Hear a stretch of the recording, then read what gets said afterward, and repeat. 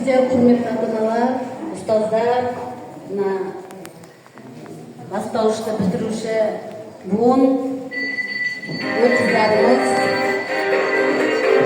бүгін керемет Балнұр апайдың басшылығында 4-ші сынып өнерлерге тамсанып отырмыз.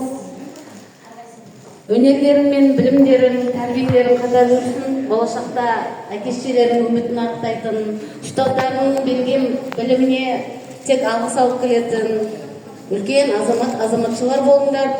Бүгін осы кешке ұйымдастыруға атсалысқан ата-аналарға да мың алғыс. Ұстаздар, білім беруден шаршамаңыздар. Мектеп киелі шаңырақ, бұл киелі шаңырақтан небір түлектер ұшқан. Сондай бір киелі шаңырақтың түлегі болу бақыты сендерге де бұйырған екен. Болашақта бақытты бала, бақытты қыз болыңдар, жақсы оқыңдар. Орта буын сыныптарында да тек 5 деген бағамен оқып, өздерін жақсы жақтан көрсете беріңдер. Кейінгі буын ұстаздарына да күш қуат.